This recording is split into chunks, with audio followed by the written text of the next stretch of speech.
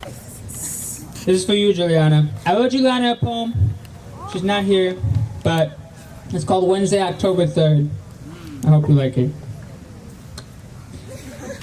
On Wednesday, October 3rd, you wrote me a poem called Love Poem to My Work Husband.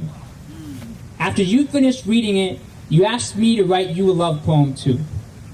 I told you I would. That was 8 months ago.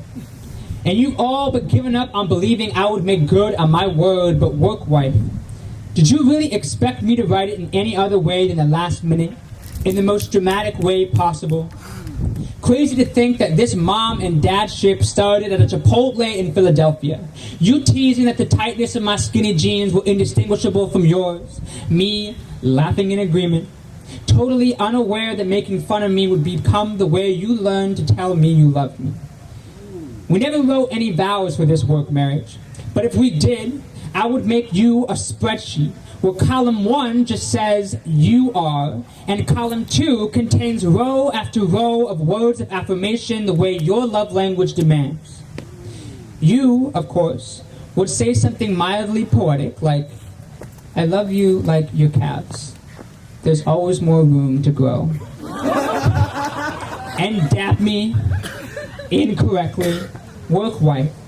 One of the greatest parts of any relationship is learning to adapt to one another's differences, like getting extra smoothies or tater tots to satiate the part of your stomach that only ever accepts the food of those closest in proximity to you, or that most of the time you ask me for advice, you really just want 5 minutes to rant to someone you know will listen. And we have done so much listening.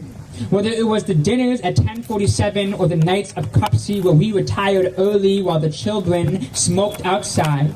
Those moments where, like your drunk laughter, moments I won't forget, work wife, none of this work marriage was arranged except the ending. And in 2 weeks, I know you're scared that you'll never talk to me again.